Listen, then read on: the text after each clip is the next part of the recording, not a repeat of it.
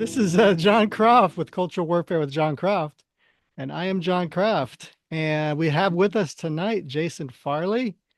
Jason, how you Thank doing? Doing good. Thanks so much for having me. And of course, you're from Lore TV. Yep. I forget your title though. Are you head of production? I am head of, well, let's see, what is my title? Uh, Artists and Repertoire, I think is my official title. Yes, So yeah, yes. work with and help find the artists, as well as develop, help do some development and then do development on my own as well. That's got to be the best job in the world. Oh my goodness. It's it's pretty amazing. It really is. Yeah. So yeah, and then I also do consulting for classical schools as well. So I'm kind of a dual jobbed person, Yes, dual as a lot mission. of people in It's production almost are. the same thing, isn't it? You're sculpting minds to see the truth in things, right? Yeah, right, right. Well, and been working in classical schools and teaching high schoolers for 15 years, 16 years, something like that. And one of the reasons I started getting into storytelling and writing and movies and TV was because the teenagers just didn't have, the Christian teenagers didn't have anything made for them that Yes. helped them, that reflected back to them or normalized their world. And Yeah. so that got me pretty passionate about TV and novels for teenagers and movies for teenagers. So that's kind of what I'm most excited about on the production side as well.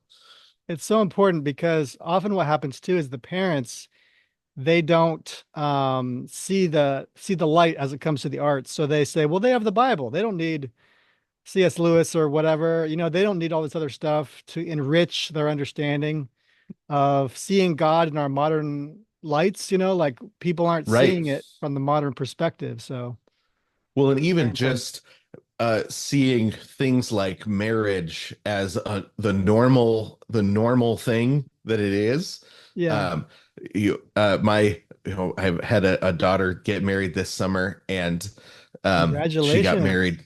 Thank you. It's super exciting. It's amazing. It's one of the most amazing moments of my life was to walk my daughter down the aisle. Wait till you get a But little one. oh, I am very excited about that. So incredible. But but the how it's strange to be married, to get married young now, right? To grow up thinking I'm Yeah. looking to get married. My plan is to get married, to have a family. I'm looking forward to that. And to be able to make some art that reflects that back, that it's that helps kind of you feel like you're a normal part of the human race by Yeah. doing that, is that sort of thing is pretty important to me. And as a comedy writer too, you use comedy is deeply moral. Mm, It deeply. Yeah. requires a deep morality, and to be able to laugh at things that you should be laughing at, Yeah. and laugh in favor of things that are good, like marriage and having Yeah. kids, and Kids. you know Kids are is hilarious. Yeah. pretty important. Oh my gosh, it's some of the funniest moments of my wife and my life is just the things that your kids point out that are true, but Yes. they can see them because they're still kids. They have that spin on life that we just almost, Exactly. yeah, it's so great. In fact, I was just teaching my daughter today. We have three kids, but we started late, right? And it worked out well for us. But I was teaching my daughter today. You were talking about comedy, right? She's a little comedian, but she's very self-serious, right? Oh, yeah, right. She's super smart. So I'm like, did you know about this thing that comedians do when they're the greatest comedians ever? They all get together and they invite all their comedian friends and they invite them to make fun of them. It's called a roast. Have you A never heard of it? roast. And so I explained to her what a roast is, and she was just like scowling the whole time.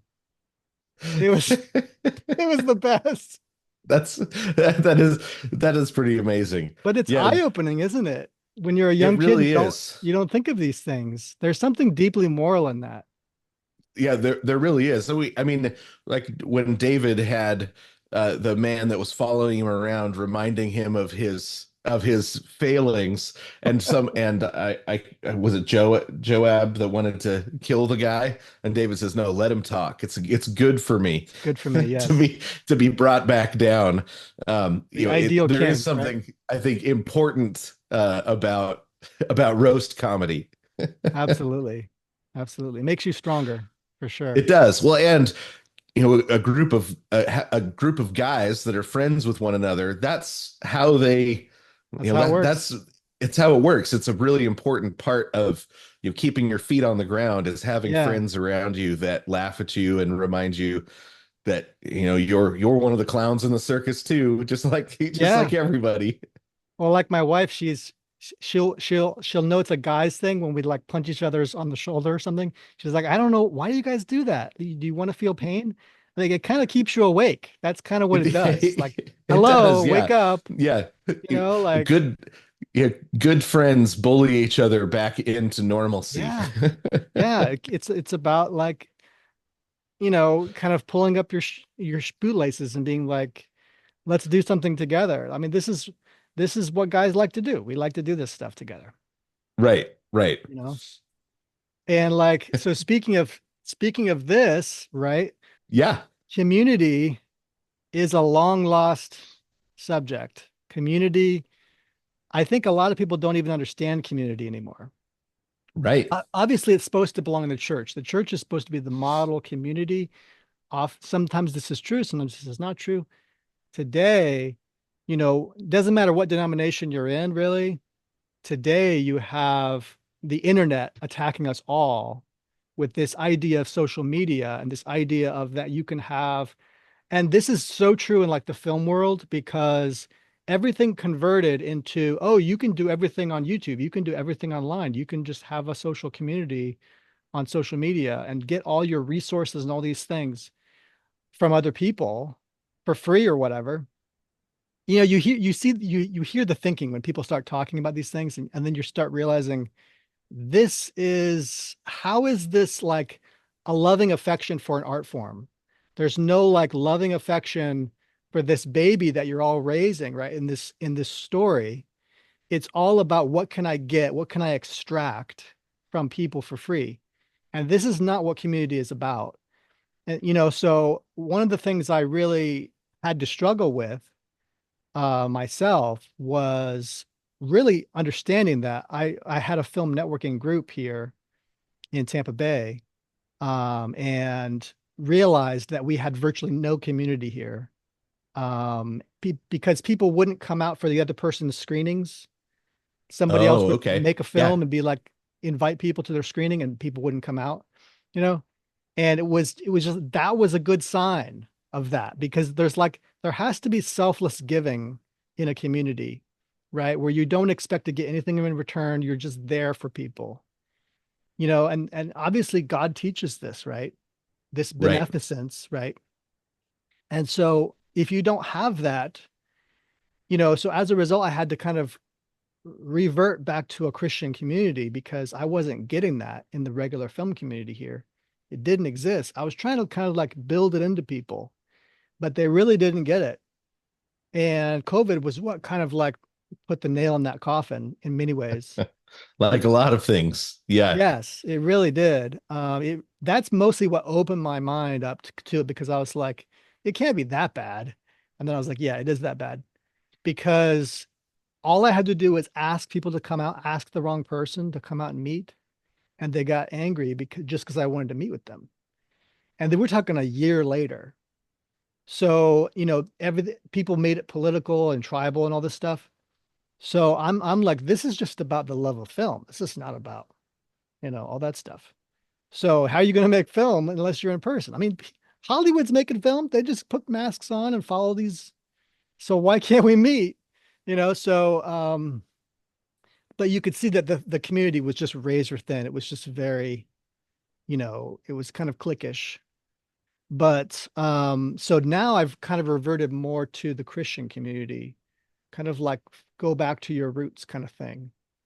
And I couldn't stand faith-based film. I just couldn't stand it. And that's why I didn't even think about it. I just didn't even think Right. about making Christian films, you know.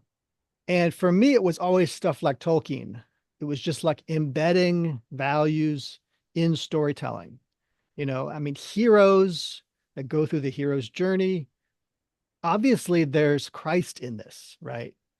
Right. And no matter what people say, right, people like that hero, like Spider-Man, who's holding the thing together with his webs, making the sign of the cross. His mask is getting ripped off, right? Because this is Right. revealing the divinity, right? As crucifixion is happening. So, like, these heroes are what people root for, and they don't even know why they're doing it. Right. Well, I think that scene in Spider-Man 2 is a particularly good example of it because you have him really actually crucified on the front of the train in order to stop it. And then if you lay there are famous paintings of Jesus that if you lay them side by side with with that particular spot where he's up on the cross, but then you have the people that reach around from inside the train and pull him down. And it looks like a Dutch master designed that scene, right? It's a Yep. gorgeous scene. And then they pass him over the crowd with his arms out, and he has been torn on his hands, and then he's got a gash in his ribs. But they're very carefully using Yes, the imagery of a Christ figure it's very carefully to done. Yeah. show that this is what wins, that this is how Spider-Man is saving people. He's Hmm. laying his life down, that so he's very clearly set out as a Christ figure. And so when you get to the end and Doc Ock lifts him up again and pulls his arms, we know Doc Ock is going down, right? Yep. We feel it in our soul that Hmm. by crucifying Spider-Man, Dr. Octopus is going to destroy himself, which is what happens, right? Yep. Because he's already willingly given himself. You have actually something really similar in Venom 2, the new movie Venom 2, but it's all in a church even, right? It's in a Good. church and he's Yeah. going through the crucifixion process, being pierced in his hands and feet and side in order to Hmm. save the city. Um, so and it has a transformative effect on Venom in that one, right? That's what turns him from an anti-hero to a real hero. Um, Good. is the self-sacrifice. So you've got the imagery in storytelling that works is Hmm. still Christian imagery, right? Right. Because it's what the reason it resonates with people is because it is deeply reality based, right? After Jesus was raised Absolutely. from the dead, you don't have heroes like Achilles anymore that fight for their own glory. You have heroes like King Arthur, right? Hmm. You have heroes like Self-sacrificial. Beowulf, right? Yeah. That they fight for others not because then they get the glory in the end, but Right. because by giving yourself away, you find a Yes. deeper glory, right? So That's there's totally something so faith-based. That's faith. right, It requires faith right. to believe that there's going to be a redemption arc there. Right. And yeah, and I mean, since we're on the superhero kick, it's the same with Mr. Incredible. He's in the basement of underneath the volcano. He has gone down to Hades and Yeah. he's lifted up on a cross under there. Yep. And when he shows mercy from the cross, it undoes the bad guy, right? That's what ends up Yep. destroying the bad guy is when he shows mercy on the cross. That Beautiful. sort of way of telling stories is the only way to tell real stories that last, great stories that last. Um, and it's not just crucifixion images because Ratatouille, you've got Yeah. the same meal that ends up destroying the bad guy that's trying to come after him because he eats it faithlessly. It gets him tied up and Right. thrown in the freezer. Is the meal that converts the other bad guy to the good guy, right? So you've Yeah. got this, um, kind of Lord's Supper uh, theme, sacramental theme all throughout that is where, Mm, unless there's confession that goes with the eating, the eating, even a great thing becomes a curse, but yeah, great food becomes salvation. You've got these right. sorts of deep themes that are embedded in reality, that when Mm, stories are told, they affect people, and they become classics. absolutely. Yeah. And so, I mean, classics are enduring, right? And so, but Right. some people do know, some artists do know this, but many forget today that to create art that has truth embedded in it is to create eternal art, art that never dies. And so this used to be something that people understood, and now Netflix creates movies that are totally factually inaccurate and nobody even cares, right? Uh, you remember the Cleopatra one, that Egypt, literally the state of Egypt had to sue Netflix to be like, stop depicting our one of our heroes, Cleopatra, this way. You know, I mean, they're crazy over there. Yeah. So, But that's because they see storytelling as a way of controlling people rather propaganda, than a yeah, service industry, right? yeah, And it is easy to lose sight of the service industry aspect of any sort of storytelling medium. yeah, it is. Yeah, I mean, I think as a free discussion, you have a free discussion about what your values are, and you can say no, you can say some other theory, but if as soon as you engage in propaganda, you're looking for the correct answer from the audience.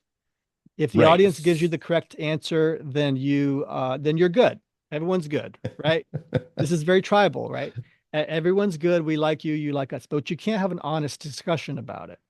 As soon as you do that, now there's a problem with you. You didn't get the right answer from this propaganda. You should have said, yes, this is wonderful. And this is the Well, same problem with faith-based media it too. is. I think a lot of faith-based movies end up attempting to be propaganda for the kingdom of God rather than art made for the service of the audience. They don't even know why propaganda is a bad word. They don't even understand this. It's quite sad, really, that we've forgotten the benefit of freedom, like in general. Like Right. God wants us to reason with him, right? And that means doubting God is okay. Actually, that's inevitable. It's inevitable that you have to doubt God at some point so that you can get stronger, right? Israel wrestles with God and God defeats him, but God also shows him a sort of respect, right? Kind of like dudes wrestling, man, you got me there. That was really good, you know? But like that's Well, how it works with God, right? yeah, You and I think our faith is strengthened when it's pushed beyond its current ability to uphold, right? So yes, when the number of times I've gotten to the point in my life where I'm praying prayers like, Lord, you didn't show up. What's going on? What yeah, happened? And then it pushes me beyond where I could continue to trust God, revealed the weakness of my faith, and then God shows up in the 13th hour instead of the 11th hour, right? right, He right, shows up too late and raises the dead, as he likes to yeah. do. And then you go, oh, next time I'm gonna be stronger. Now that's not Yes. always the case. You always tell yourself in that moment, Yeah, my next faith was time. not I did a Peter there, like I Right, yeah. Next time my faith will be able to carry what God gives me. And it's always not the case because God is always right. building us up. He's got to put pressure on the bridge Hmm. and bounce on it to find the places where it's weak. Yeah. And this is a sad thing for faith-based media, like I don't know if you know much about Christian rap or whatever, but like this superstar NF, have you heard of him? I have heard of him. I've heard some of his Yeah. stuff. Yeah. Well, he's one of these other crossover stories where someone is in the music industry, but they're in the Christian version of it, and then they become big enough, and then they go over to the secular, and then everybody's kind of like, well, what does he really believe? Does he believe this or does he believe that? Why isn't he part of our thing? And they don't understand that this is a marketplace of art. This is not about your Christian Right. faith, really. And so Like we can't think that if you put a faith-based label on your film, somehow it makes it Christian. Films products Right. are not Christian. People are Christians, right? And so if you're a Christian and you put out something that doesn't have faith based on the label, doesn't mean it's not a Christian film. No, of course not. It was made by a Christian.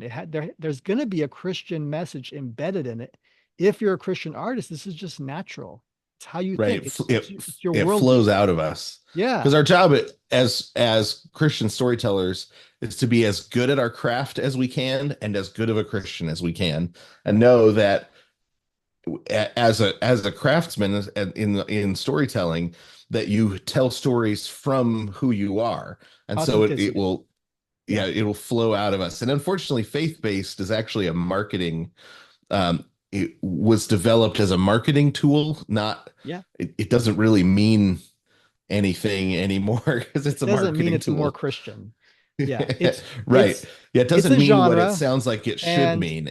It's become a genre genre, and genre just genre means is formula. about marketing. It's a marketing formula. That's all it Yeah. is. And as a filmmaker, I've never had a problem with this. I don't think it's dirty. It's a business, right? Right. I'm a producer. Producers have to think about like they're bonding their film. They have to get a product. That product hopefully will put people butts in seats. That's what you want. Right. But Exactly. at least you've got a film, right? And then the way you market that film can give you the best chance of success and more people seeing it. Hopefully, the right people. You want the right people to see it. A lot of people, they don't understand that this crossover idea of Christians working in the secular market is actually how we should be doing things. But really, the problem is that our industry is so kind of anemic, right? That we have to cater to our small, loyal audience. And Yeah. because we're afraid that if we don't do that, people will not buy the tickets.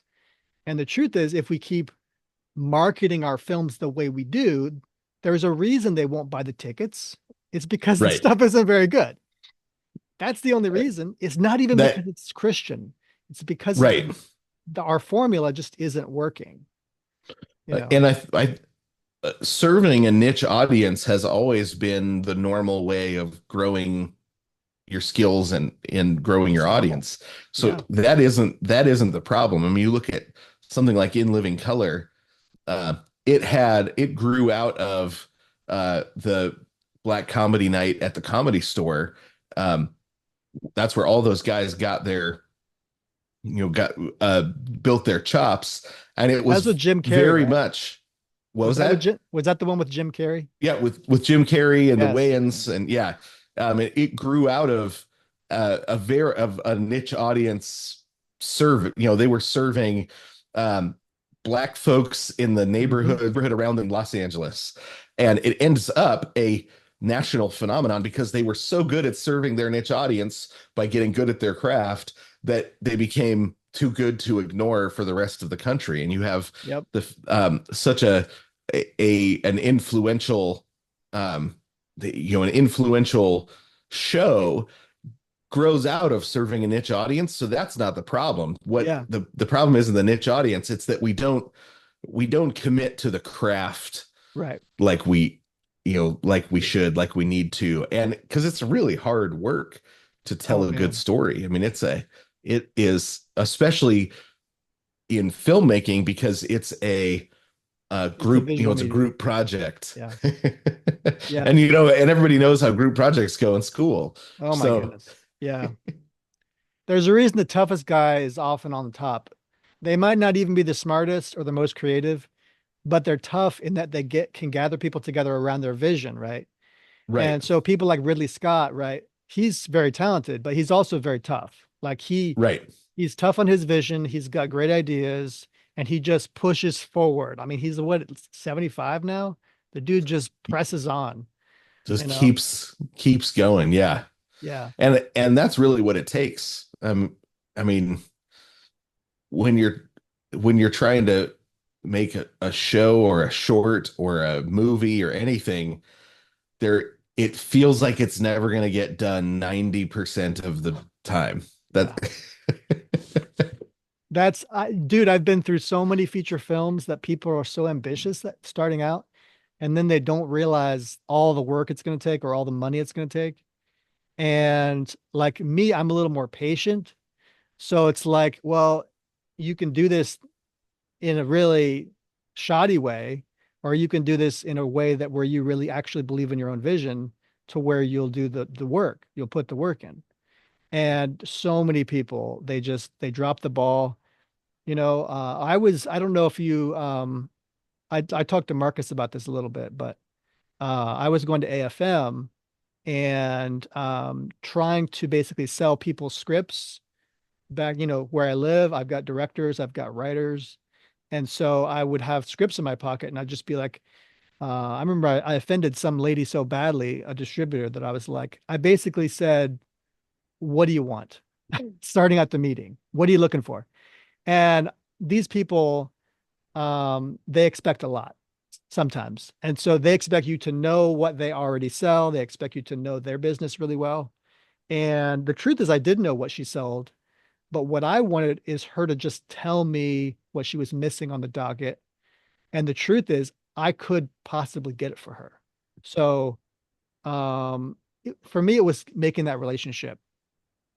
And AFM is a very dog eat dog place. It is for independent filmmakers mostly, but like there's a lot of people, you have a lot of belief, but you don't have a lot of heart. Like there are people, there's the people who have all this heart, but they're not very smart, but I've met a lot of independent filmmakers that way. But it takes a lot of great qualities. It takes intelligence, heart, like detail oriented, responsibility, like, and many people just can't do that. The directors think that they have to be like all the heart. And I'm like, no, no, you got to have some like brains in there too, because you got to pull off all these shots, sometimes with very Yeah. little money, you know, that takes a lot of craftiness, bold craftiness. But I'm glad we got on this subject. And you mentioned In Living Color because Marcus was talking about the incubator Yeah. and the concept that we need an incubator. And I feel the same way. I felt the same way before talking to him. But my vision for that is a little different than his, I think. He talks about Saturday Night Live and the talent base. And I totally agree. I think about things in terms of filmmakers and writers. So you can get writers out of SNL for sure. I mean, that's a great place for writers. But filmmaking is a different deal. Like it's very visual. It's very it's a different kind of discipline, I think. And I think you need community where there's people lifting each other up locally. I mean, you can do a lot through the internet, but if you can do some little incubator groups locally, then you can get like producers or directors raising up others, you know, and then you can get multiple projects happening because you got to do multiple ones because some are just going to fail. You got to have plan Bs, so what is your feeling on how lore can build up an in-person local community of filmmakers? Is that Yeah. is there Well, something in the works? yeah, one of the things that I did all last year was travel around and try and establish local artist get-togethers, Hmm. Nashville, Dallas, He did mention that. Orlando. Yeah, and because that's one of the hardest things is finding like-minded, not like-minded in the sense that we all have to agree on everything to make a movie Well, together, that but never there, happens.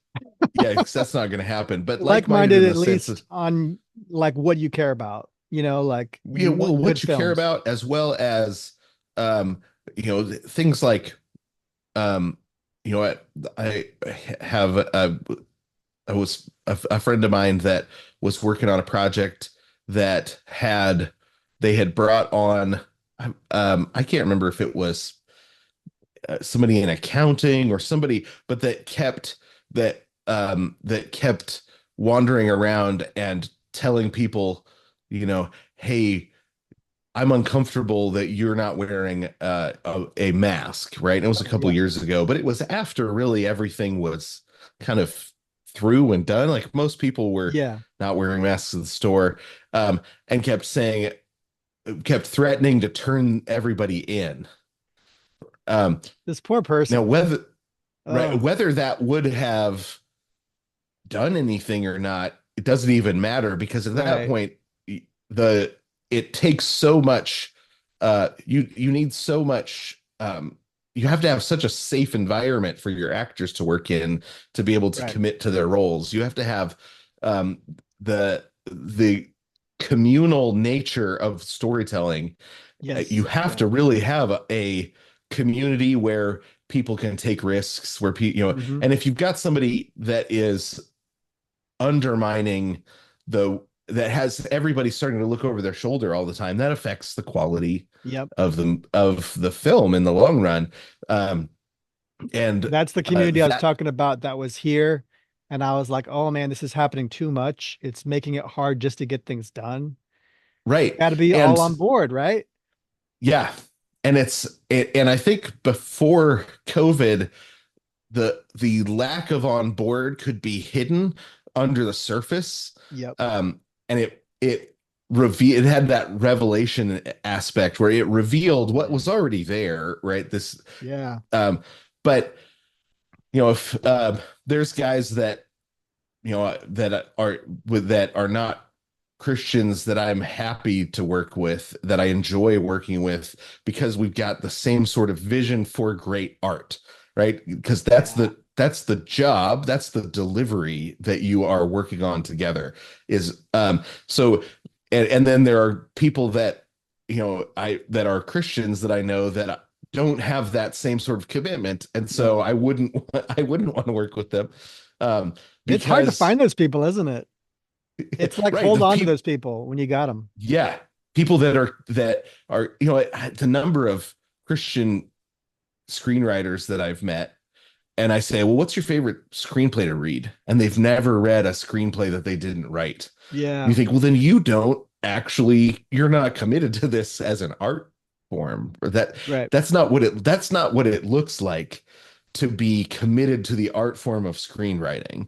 Um, you know, if if you think, well, God's just going to download to me a screenplay, then you just are not living in reality. Ooh.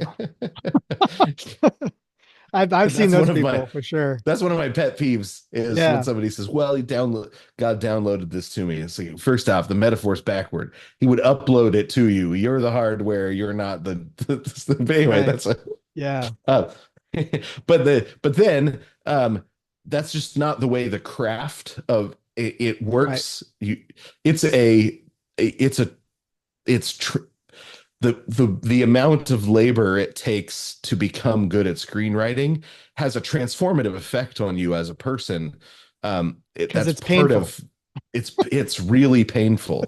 When I go back and even look at the first script I ever optioned, it hurts to read it because I'm like, oh, this is so bad. I can't At believe I least you ever optioned it. optioned That's this. good. Because Yeah. I'd written other screenplays before that, Right. you get to the first one, the option, and at that point you think, man, I've really made it. Now I look at it and think, I wouldn't hand that out I to wouldn't even read people. this. Yeah. Yeah, I wouldn't ever let anybody see that now. But at the time, it struck a chord with a production company that was looking for that particular kind of monster movie. And I had so it was like it all worked out really well.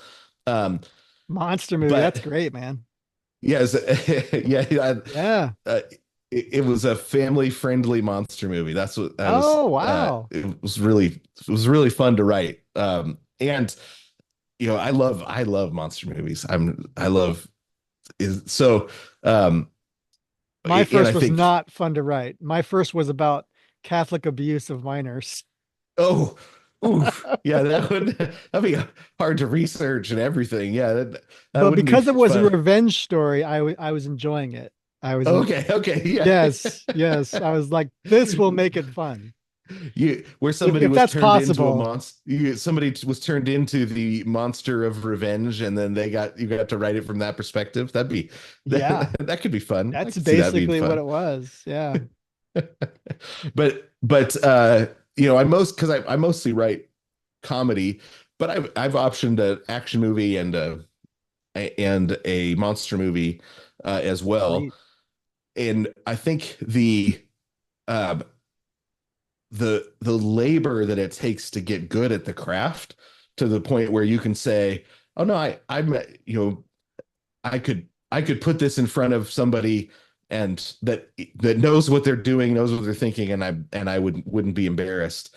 It's just hard. Like Yeah. it's a it's like any sort of um any sort of transformation, any sort of gracious transformation, it's a grinding process. Yeah. You know, there's a reason that it's compared to melting off the non-metals, you know, the dross. Oh, the dross. Yes. You turn the heat up, and it's not an enjoyable process for the dross and the metal, you know, to be baked off.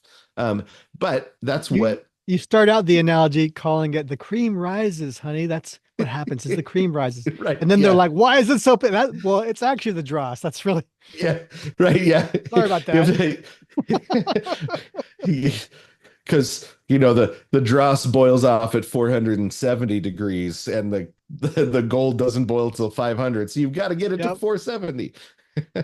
Oh But I man. think that process, you know, if you can do something else, you should. It's just too painful. But it, you know, when you, I mean, comedy writing is very similar. It's Hmm. so painful and it's so hard. Well, and then But you write something that if you think is great, and then somebody performs it, and you're like, oh, maybe that oh wasn't yeah, so great. yeah, You know? I have a table read coming up this weekend from a script. It's the first one with this script, and it's so painful to go through that first table read because the things that you think are gonna be funny, nobody laughs at. The things that you know you think were kind of throwaways, that turns out to be the funniest thing, Yep. and it was an accident, you know. Well, and often as comedy movies go and comedy stuff goes, is it's all about the comedian because once you get that comedian, then you can write for the comedian. But often you'll get Right, great material, and if that comedian doesn't get it, they don't get the delivery, you just right, you're dead in the water. So you're really it's about like as probably I think as Marcus probably believes too, which is why the incubator idea is so important, is that it's about finding this talent, right? And yeah, then kind of like making something that suits them, you know? exactly, yeah. Yeah. And I think that's, you know, when you have something like Wayne's World break out, um, It's so cool. that was Iconic. um that was a sketch from a tiny Canadian um unknown comic Yeah. Was it that some kind of radio suddenly thing? No, was it like a TV thing? I can't remember if it was SCTV or if it was just a Second City if it was just Second City touring or but I think it was Second City and It was like um small beginnings. Yeah. tiny beginnings and then suddenly you put it on Saturday Night Live and it connects with the world, right? It connects with the 13 to 16-year-old kids. It connects all across the board and you um but and then it takes five or six sketches before it really settles into Right. something that can become a movie, Yeah. right? So it's not like Wayne's World shows up fully formed. Um, No. it was that moment when they added in Garth, I think that it suddenly became magic. Where Um, the boots or the jeans that you got to like wear, wear them out a little bit. And then right, eventually they're perfect, you know? But right, you got to go through that risk. And, Marcus has mentioned that too, is you got to go through a lot of bombing before you can get to something real. And the problem is that film is just a very risk averse industry, and there is a lot of Right. money at stake. So you really need small things. And so, like when I was talking about the incubator and what kind of incubator lore can be a part of, like I think at first I didn't get the vision. And I think some of this had to do with Fridge Magnet, but um, which we can talk about in a second. But I didn't get the vision because what I was learning about community was that it's all in person and that it's all very kind of like momentary relationships you're forming, and then you're kind of creating something from a script from there and building your craft. And I think what Marcus was really saying, and you can kind of correct me if you want to, but I think what he's saying really is that lore is more like a YouTube community that is about like building small things, and it's okay if they bomb, whatever that means. But it's like it's okay if not everybody likes this thing, but you're building up filmmakers and artists and writers and actors, and then eventually something hits, right? And that is that kind of what you guys are Yeah. going for? Yeah. Yeah, so that's a big part of what we're doing, and like any business, you're always kind of working on multiple things. But Fridge Made in particular, it was born out of this realization as we were going around. Uh, so I was not working in faith-based film before Hey, you were in Hollywood, right? lore. I in Hollywood is I was Well, outside you of were it. writing for I projects, was right? writing, I was writing. So I was in Canada, Canada's Yeah. Hollywood, whatever you yeah. Well, Vancouver, there's quite a lot in Yeah, Vancouver. Vancouver, Yeah. Calgary, and and so and it wasn't because I mean I've got deeply held Christian beliefs. It has nothing to Yeah. do with that. It just was, where's the best art going on? I want to move towards it, right? And I love television. That was in That's particularly I great. wanted to work in television. I've optioned feature scripts, but most of my scripts are television. I love the series storytelling where you get to develop a character, develop, eight episodes Yeah. for a arc, things like that. That's what I The love. real arc. And Yeah. so yeah, and so that's so but COVID made it really well, and it was before COVID, leading into COVID, the squeeze was happening more and more where I have no problem living as a public Christian. It doesn't, not because I set out to do it. It's pretty It's natural. unavoidable. Yeah. Um, and it had never really been a problem. Um, and but the window was closing leading up into COVID. Right. Um, You can and feel you these see things that happen. happen. Yeah. Yeah, yeah. So you see that happening and you go, Yeah. this is odd. And I don't really have much of a social media presence, so that's not really where it was. That's not I've never figured out how to use social media well. I It it's it's worth it to stay away. It's not fun. I had a falling I've out with like read Facebook and books how to use it and yeah, stuff, and it just doesn't click with me. Not until Substack. Substack's the first social media that really has worked for me. I Um, have to agree. It's but pretty decent there. yeah, I like it. But you have this window closing where it's more and more often people are saying, wait a second, if you're a Christian, does that mean you're not one of us? Right? That's what Right. starts to happen Right. more and more often. And The us and um, them starts to kick in. yeah, Yeah. and it had always been, it's other people that love movies and love TV and you And know, meritoriousness. Yeah. yeah, exactly, Yeah. exactly. Um, and people would point out, hey, you know, normal people don't talk without cuss words the way you write. And I'm like, well, then, Yeah. the actor can fill it in or whatever, like I'm not, but that's not how I talk. And so that's not how I'm going to write. Right. Um, but it wasn't set out to not have cuss words. It was, I'm writing for teenagers. I'm writing, you know, Right. I'm Yeah. writing that sort of thing. And so and then it's just not part of my just vocabulary, the way I talk. So here I am watching this close, and then COVID hits, and you start seeing the cancel hammer Oh yeah. coming. And so when Marcus and I started talking, um, the plan was always let's let's build a platform that gives Christians the freedom to compete as storytellers, right? So Mm, they don't have to wear the chains of secular money, right. wear the chains of a secular agenda and sneak it in, but they can compete at that level of we've both of us are competing for the same audience, and the best Yeah. story wins, right? May the Right. best story win was the first tagline of Lore. Nice. And but but as we traveled around and met more Christian artists, and in particular Christian industry people, like this not at the artist level but at the industry level, Right. you realize they don't want that. They Mm, don't want to compete on a level playing field, because that requires a lot more work.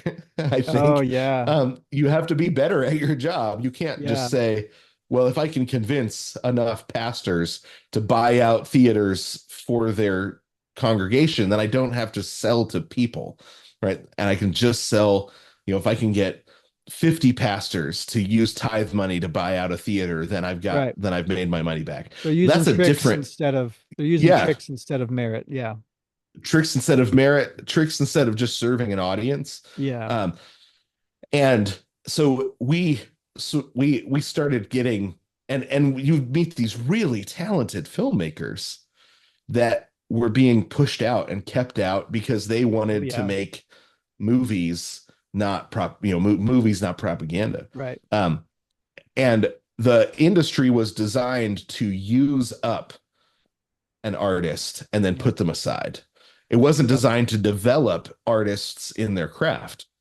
And so we started saying, well, how do folks in in New York and in LA, how do they get developed, right? They're producing great artists. What is going on? And so we started looking around and seeing the way Cartoon Network did it, the way MTV did it, the way Saturday Night Live, the way so they the way that there are the comedy clubs in Brooklyn. You've got Right. all the above ground and the underground, like Mm-hmm. literally both.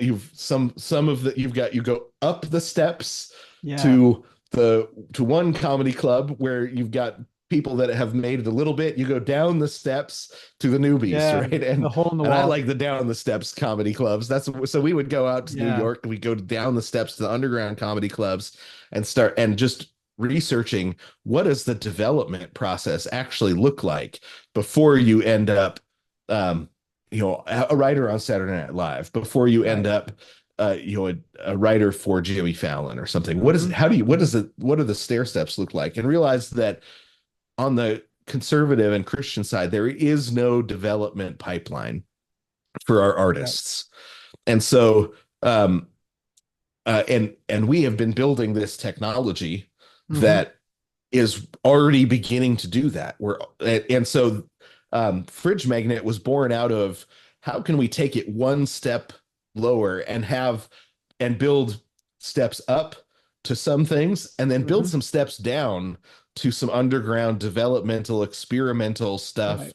where artists can get a start, Yeah. where artists can be working on working with a technology that they built, maybe, right? Or Mm. they want to do, they're trying to learn how to we have one short film, and literally you have this filmmaker that says, I'm trying to figure out how to remove body parts in post-production.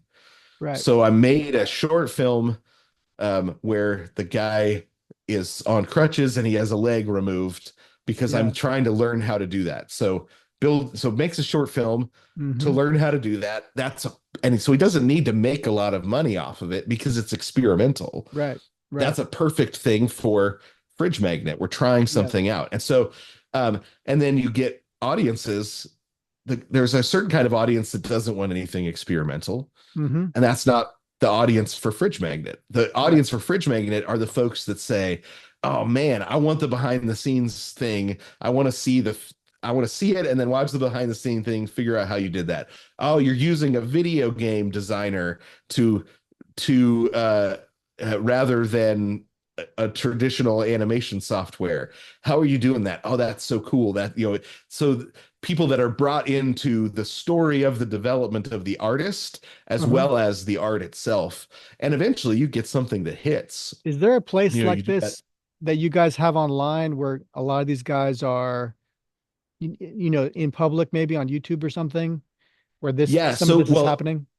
it's a Discord channel. We've got a really popular Discord channel Ah, where okay. people are sharing stuff with one another, asking questions. Hey, how'd you do that? And they're Okay. like, oh, let me show you. And that, live streaming the the process to each other. And so it's a really Very cool. active Discord channel where you've got artists that are growing in their craft, and then just folks that are interested in seeing and want to be able to answer questions. So it is still an online community. Hmm. I'm working pretty hard to build an in-person community of artists here in Spokane. Uh, Yeah, tell me uh, about that. Tell me about that. I mean, yeah, we can talk so about the online community too if you want, but yeah, so just meeting artists and saying, hey, let's grab coffee.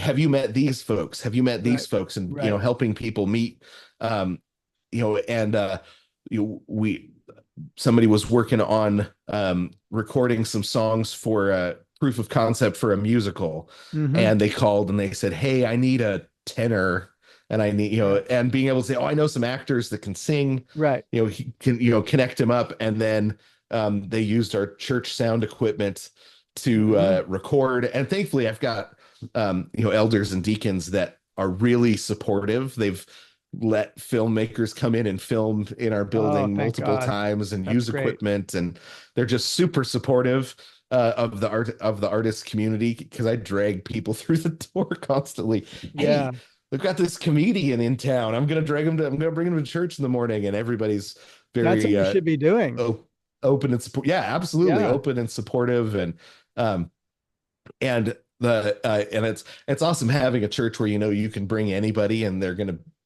people are gonna be welcoming. Um, well, but I've got this, not to interrupt you too much, but there's this idea. I don't know if you go, like you said, you're not on social media, but there's these ideas out in the ether about, like, well, why is the Christian community no longer making beauty and doing all these things that are important? The mainline churches start to weigh in and they're like, why are we, what's with the evangelicals?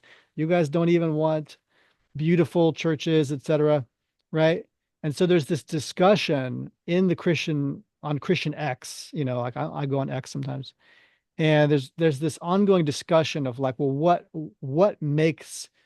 what's going on with Christian artists, right? And what they think is it has to happen from a top-down perspective, the way the Catholic Church used to do, right? Oh, you got to hire a Michelangelo or something, right? And now you got something real going on. But I think what people have eventually come to today, there's this gradual evolution of how the church relates to the arts. And obviously now we have this non-denominational point we're at, where everybody's kind of like a whatever. And that shouldn't matter as much as what are we doing, right? And I think instead of it being about the church building, and I think you can see evidences of this happening now. Instead of it being about the church building, where Protestantism and evangelicalism has brought us is to understand that we are the temple of God, right? And so the beauty is where? It's in the temple, right? So in other words, we're supposed to be cultivating beauty within us, and the church is supposed to be helping each of us cultivate beauty within us. In other words, it's not about getting artists and paying them to build a beautiful building. It's about raising up artists to build beautiful selves, right? That's what the church is supposed to be doing. we're raising up artists, and you don't have to be an artist to do this, right? This is about being a good person. It's fruit, the fruit of the spirit. And so, but for an artist, what is that, right? For an artist, that's making art. For an artist, that's doing things in the name of God, right? That are beautiful. And so the fact that this is not happening as much in many churches is what's wrong. It's not that they're not building a beautiful church building. It's that the church isn't raising them up to build beautiful art. And that's what it was always meant to be about, right? Michelangelo wasn't just making great stuff. He was making great stuff here. That's how And Don that's how Dante is great. That's his right. I whole don't, but I story. think there's a generational aspect to it. The American church hasn't been able to string two generations together for 100 years or so, 120 years probably. And so some of that is the generational breakdown does make it hard to produce great artists, because a great artist is not a genius born of himself suddenly, right? It's a great artists are built by generational communities of Mhm. artisans It's a craft, built, yeah, right? that work on their craft. Hmm.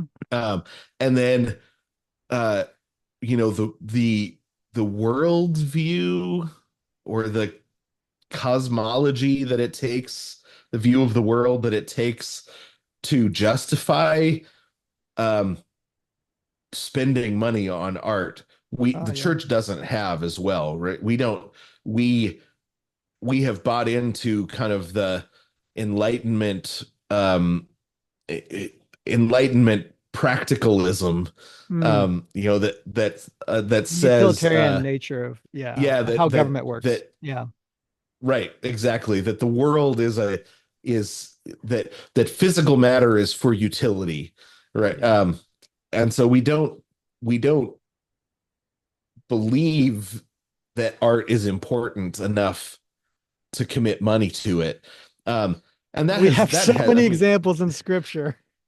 oh yeah, I mean, the one I'm I love right now is just the woman, was it Mary, breaking this hugely expensive oil on Jesus's feet, right. right? And then then you hear all the church people in the back going, we but we could have, well, what about check the budget? Like, what, Right. where did all that money go? Like, why are we doing this? You know? And we've lost the message here. It's about Yeah. him. It's not about us. Yeah. So when you've got a Michelangelo, or a Da Vinci, or somebody that is a great artist, you have to have the finances to be able to support them to do it. Like Right. a marble sculpture, the piece of marble itself, is $100,000, and you haven't sculpted it yet. And so then the Right. time that it takes costs money. But we don't believe that that stuff adds enough value to the world to be able to invest our cash into it. So you've got multiple angles, right? But the the thing that we have now, and this is, Alexander Pope was the first poet that was supported simply by book sales. Yeah. Right. I mean, in ancient Greece, Homer would have traveled around and been Taken paid care of. to tell his stories, right? Yeah. So It was a you have government some expense. right, They, right. they were paying for him. Uh, Yeah. Because he was but doing a great art, service to the local community. I mean, he was, exactly. Yeah. So institutional money was what supported the arts until Alexander Pope came along, and was able to turn it into um, or kind of democratize the financing of right. art. Right. And now I think we're sort of stuck between the two, because now people say, well, you should be able to democratize the financing of art. Um, but the left is institutionally funding it, Yeah. and And we're Christians not. have bought into the idea that the only way to finance art is by the democratization of art. the democratization of financing. So so you end up in a catch 22 That's where 22. Yep. yeah, you have to have you do have to have the financing. Um, and that's one of the reasons that we started Lore was to be able to build a financing system for people, Right. right? Right. That you want to get something financed. Well, here's a financing system that you can employ while we hopefully build out a, a some actual cash reserves to be able to fund stuff Right. Right. as well. You know that because I think they're both necessary. Hmm. Uh, the left is happy to lose money um, if something is made with the right message, right? Yes, They're absolutely. willing to lose money, but they also are really good at making money off of, you look at something like Brooklyn Nine-Nine, it is pushing a gay agenda all throughout constantly and Mm, consistently. It also is funny. yeah. And their promise is that it will be consistently funny. They deliver on that promise, and that gives them the ability to put the agenda in everywhere that they can. Yeah. And because they know that they are going to be consistently funny, people come back. And we just end up kind of doing neither. Yeah, we do. And it's sad because I mean, I've been in situations, thank God for your church that it lets you and artists come in because I've been in situations where I've been like, well, can I just use a room like a few hours a week and do this and such art kind of stuff. And they're looking at me like, why? Like they don't get it. They don't get the whole idea. And so like I can imagine that this cost them $50 for the air conditioning or something, like something ungodly amount for a few hours to be in that room. But they're not even willing to give that up, right? So it's not even like, oh, I need a few $1 million to budget my feature, my first feature. No, we're talking about the church isn't willing to give up tens of dollars to an artist, and even if they've known you for years. So the sometimes the idea that they can't trust you is kind of silly, like at that point. But like I think that if they understood that, because often what we do say is, well, filmmaking is very expensive, right? And so when you're looking at it from the outside, you don't really know the whole picture. You think this is too risky. But the truth is, there are a lot of intermediate levels you can go up. Yep. And so marketing is part of this. Marketing understands this is what I've been learning in marketing the last few years with Media Moses. It's my little website. And so what I'm learning is to do marketing because we need somebody on our side doing that. Um, well, what you have to do is have multiple projects, and you have a story, and then you build multiple products around that story. And so you start out with something small, right? It could be a lot of things. If you're starting out like you have a musician under your belt, and you can make a song just that has that as a theme, right? And so this is our first song for our movie. Like, well, where's the movie? Well, we're beginning this project, Right. like enjoy the song, right? And then well, now it's like I've got an artist, we've done storyboards, and they're going to help us make a comic book. Okay, now we've got a comic book, right? And so Right. you're building up this momentum. There's a snowball of momentum happening. And why is this? Because people have already read your script. They already know that you have this long-term goal, you have this plan, you have this actual story behind all this stuff. And so they're willing to buy into this larger project. And so all these smaller projects get built up and built up. And this could take 2 years or more to just keep building these projects up. But what you have is maybe crowdfunding here and crowdfunding there, or Yeah. or a fan base building somehow. Um, and so that's kind of what I've been seeing as a possibility for myself is these projects um, slowly building up momentum, because I Yeah. was making projects locally and nobody would come to my screenings, you know, whether it was even a film festival or whatever it was. So, I'm working hard to get into this festival and everything, and then nobody shows up. And I go to the cocktail hour, and nobody's talking to me. I mean, I've wasted hundreds of dollars to go to this festival, and there's no since there's no real community, it doesn't matter, you know. And so a lot of these filmmakers, their kids, they're coming up and they're just thinking, oh, as soon as I get into this festival, my film is really good. I'm gonna go somewhere. You know, like the news will capture it or something, and then I'll get a producer or an agent, and then blah blah blah. It's not happening like that anymore. It's just Yeah, nobody cares. You know, like even if you're in these big festivals where media is at, they're looking for a certain kind of product. And right. if your thing doesn't match that same ideology, who cares? You know, you can't Well, benefit them. So it's a real shame. it really is, and it is a lot different than it used to be, but Yeah. it's an opportunity in a lot of ways like there hasn't been before. But Yes. you can do cheap or you can do fast. You Mm. can't do both. Right. And the patience that it takes, I think, to move in this world is a lot different than it used to be. Um, It's the long game. but Yeah. it is yeah, you've got to be playing a long game, and I think you've got to one of the things that I've been trying to do a lot is always grab as many young people as I can and throw them Yes. into PA roles, into assistant roles, and into anything I can if they're interested in filmmaking at all, saying, "Well, hey, just you're gonna just assist the grip. You're Mm-hmm. just gonna assist the cinematographer. You're just gonna carry his backpack.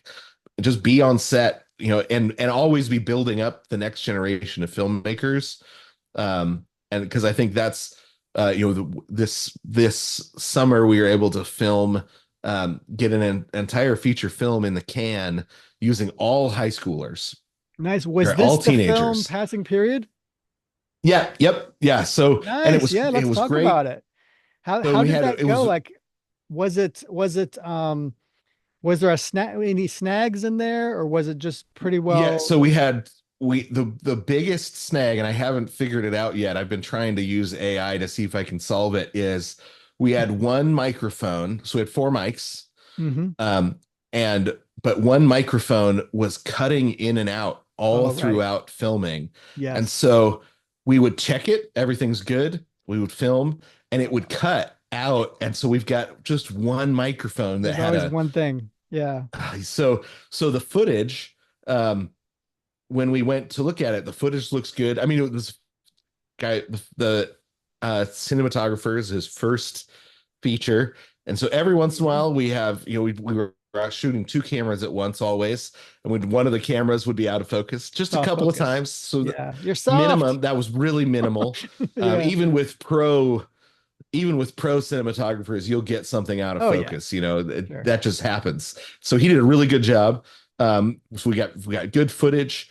The acting was good. We had and so the only thing that we've run into is I haven't figured out how to fix the sound on those scenes where just one of the mics isn't working. So you can hear it through the other mics when the character through the other mics, but it's not at the same level. So, Have and you that's talked to just them a about ADRing it, or are they I on that we level? we may have to do that. I'm gonna get it all edited and everything first so we know exactly what things Right. need to be ADR'd. But there's also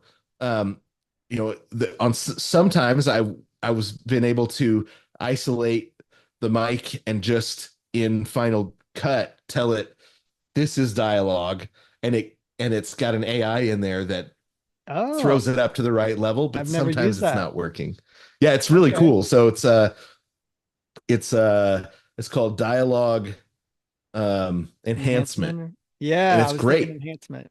It Yeah. works really well. So we've got so as I'm working through, it's been really fun. But it was really fun to have all teenagers on set. I bet. Um, Yeah. and the have because you're teaching them as you go. Right. This is what we're doing. This is what this is how we're doing this, and so they're learning a lot on the set. And some of them want to do film when they grow up, and so that's why they're Hmm. there. And some of them, their friends drug them along. Yeah, because they're sure. like, hey, Because I it's want to fun. do this thing, but we need a couple more people. Will you come help? Right. So we every so everybody but me on set um, was a teenager, and it was a blast.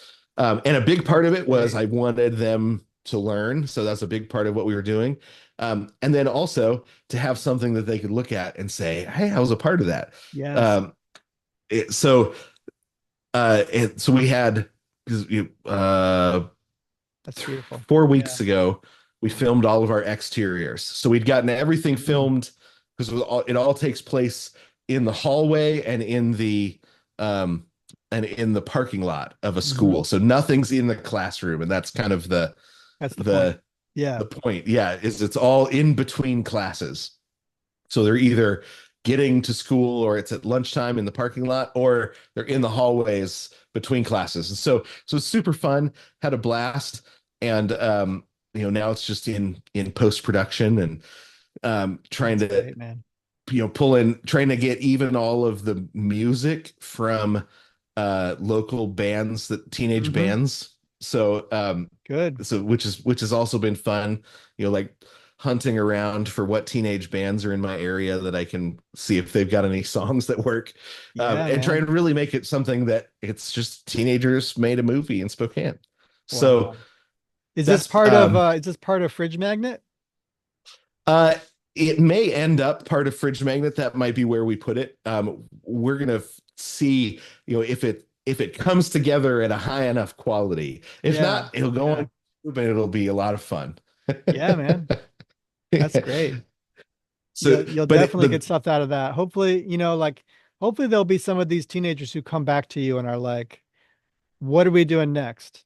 Because I'm bored. exactly. Well, and some of them have. So we've talked a little bit about, hey, is there another thing we could do? Is there something, that we could do?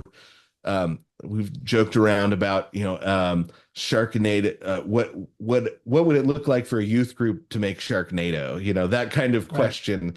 Like what would be a fun, well, one of the channels that we have talked about at Lore of making is we call it youth group movie night, where Oh, I like that. youth groups can make a movie together. That's they want to go on a mission trip. They can make a movie together as part of raising money for their mission trip or something like that. Just Cool. um, a way to build up Community. some Yeah, younger filmmakers in a way that says we understand they're younger filmmakers. of That's the course. point. Of course. And set the Yeah. expectations well, and have a good time. So, but raising up that next generation of filmmakers is something that I'm passionate about, and at Lore we're constantly trying to figure out, how do we get to homeschool film festivals and meet the homeschoolers that say, yeah, I want to make film, but I don't want to have to ever go to a Diddy party. Oh, you absolutely. I know, mean, yeah.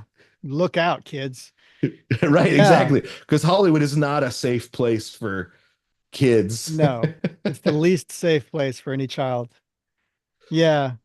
One of the thoughts I had was, how can we get our churches to be more forgiving of our young artists? That's a good question. I think, I mean, I my family's always attended just pretty small churches. We're not kind of a big church family, so yeah, the my kids like to know the names of everybody they go to church with. We've visited Yeah. big churches at times, and they're like, "Why would anybody want to not know everybody at church?" But Yeah. and at a small church, um, we've got young people that are a part of the music teams at church and things, Hmm. and so they get that opportunity to be a part of the Perform in music some at way. church and Yeah. perform their instrument. um and you can do that because everybody knows them, and so they're like, oh, it didn't go great this Sunday, but it's okay, they'll get better, right? And they have that kind Yeah. of grace in those settings, which I think is really good. It's similar to like when you do the Bible readings at Advent and the family comes up and one of their 6-year-olds reads one of the readings, and everybody's super Mhm. patient with them because they're just learning to read. And uh, so I think It's a that hard thing, isn't it? Because it really is. Yeah. I mean, I find, and this could be more true in larger mega churches or whatever, but I find that, I mean, the philosophy should be right there in our faith, right? First of all, but the sad thing is Hollywood more forgiving? Well, yeah. I mean, the Disney You know? Channel, Yeah, when you watch it, you know that there's a lot of terrible child actors on there, and you of think, well, course. but they'll get better. Yeah, well, they're kids, right? So it's like, They're well, kids, yeah. So, um, yeah, I think that is true. That is the case, and you know, some of it, I think Christian education needs to do a better job of cultivating the arts. Um, even just teaching the history of the arts, and um, so there, you know, that's one of the things that I love about classical education is you're with high schoolers, you know, reading Dante and mm, Shakespeare, and you know, reading poetry, and developing a love of the arts, a love of yeah. beauty, and learning how to value beauty And that's not just alongside arts of truth. yesterday, right? That art is still very relevant today, you Yeah, know, and it's incredibly intelligent. I mean, we like to think of ourselves as the most intelligent people around. And people have theorized about this and said, well, why is it when you look through history, we think through the lens of an right. evolutionary way of thinking, but it seems like we're just getting dumber. How does that work? You know? Yeah. Well, I mean, if you look at poetry, we have devolved significantly. Yes. Yes. When I was in middle um, school, I read Homer and I was like, what? This guy made this enormous song. How can someone even do that? It's yeah, brilliant. it And they really did it, is. and they did it without writing. Like Right. what? And they did it with a harp, which means it was closer to rap than it was to what we think of as poetry. Yeah. Yeah. It's got You know, real and like oomph to it, it you really, know? yeah, it really did. So, so I mean, I think some of it is, you know, that raising you're we've got to think generationally about raising the bar. But if you Yeah. look at like the black church and the producing gospel music that really went out and transformed the world, It's produced a so big many part of great that, artists. Yeah. oh, it produced so many great artists. The black Gospel church music. produced so many great artists, and Hmm. they had a culture that valued music, Yeah. um, and you know, put their money where their mouth was. They had a culture that was training kids to sing when they're really small, Mm. and you know, we so I think with any sort of arts, it can't be produced in a vacuum. It has to be Yeah. produced in a culture that values the production of beautiful things. And so, I mean, I do think that's one of the reasons it's important to build beautiful church buildings, Yeah. is because That's true. then you've got kids that grow up looking around saying, well, beauty is valuable. I know that because Hmm. when we gather together to worship, one of the ways we worship is by having built this beautiful building and having a beautiful sanctuary. Well, because, even though before I was saying, well, you're cultivating artists, there's no reason you can't cultivate them through helping them build a church. Also, that's what was Right, happening, right? Is that they were doing both of those things because inevitably that's going to happen. Like, inevitably, you're going to cultivate great artists by building a great church, and hopefully vice versa, right? right, You cultivate great people and they become great artists, and then they want to build something. Well, what can I build? You know? And so, like, whatever it is, whether it's a film or a book or an epic poetry or a church, it's like they should have the light of God's beauty in their eyes, and they know what that looks like. They know what that feels like. So, right. recently in one of my episodes of Cultural Warfare, I was like, people aren't coming to the church or staying in the church because they're not seeing the beauty in the church, right? And there's multiple places you can see that beauty. There's many different ways you can see. You can see it in people, in their kindness. You can see it in the rituals, maybe. If you have a liturgy or something, you can see it in their art, you know? And so where are they seeing it? You Yeah. know? And yeah, I have a strong acquaintance who was a famous, or he was a very popular, he's a famous cinematographer, very popular visual artist. And um he and his wife were going through marital difficulties, and they separated. And while they were separated, his wife started going to church, and he was like, I want to make this work. And she said, well, come to church with me. And he walked into church and he looked around and he said it was the ugliest building he'd ever been in. And he said, Yeah. there's no way that what they're saying can possibly be true. This building is so ugly. Right. And it's because he He's a was visual trained person. to, he was trained to see and understand and produce beauty. Yep. And I mean, he produced some incredibly gorgeous and influential music videos in the 90s. And you're right, just brilliant, brilliant guy as an artist. And but then the person of Jesus was beautiful enough to overcome the ugly building, right? Yeah. The bad Yeah. aesthetics, which is what happens with a lot of us, right? The person of Jesus is the thing that gets us. Absolutely. you, Yeah. you meet Jesus and you go, okay, I can put up with with this church if I have to be with him. I'm Yeah, doing the same thing. yeah.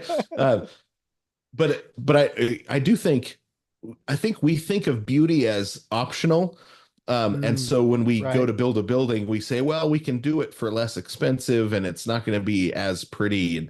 But we didn't choose to not add beauty. We chose ugly, Yeah. right? In Yeah. that situation. And I think that communicates more than we realize, to say, well, ugly was less expensive, and so I chose ugly.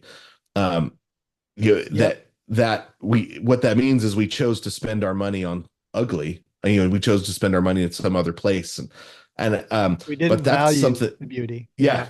we didn't, and that means we didn't value the people that building Like that serves, right? cinematographer. Right. Yeah, exactly, Yeah. exactly. So um And Paul and says, right? Paul says, I become all things to all men so that I may win some. And that's exactly what we should be doing. Letting right, artists go out and create beautiful things so that it may win those people, right? Somebody likes a story arc, somebody likes a character arc, somebody likes beautiful stained glass windows. Well, you're winning all those people if you commit to that. right. And I do think that we don't, the church, the church is just doesn't know what it's doing when it gathers. Not that it doesn't, not that it's bad at it. I don't think it actually understands what's going on when the the bride of Christ comes together and Hmm. goes before Yeah. the throne of the King. Hmm. When it doesn't understand what's actually happening Right.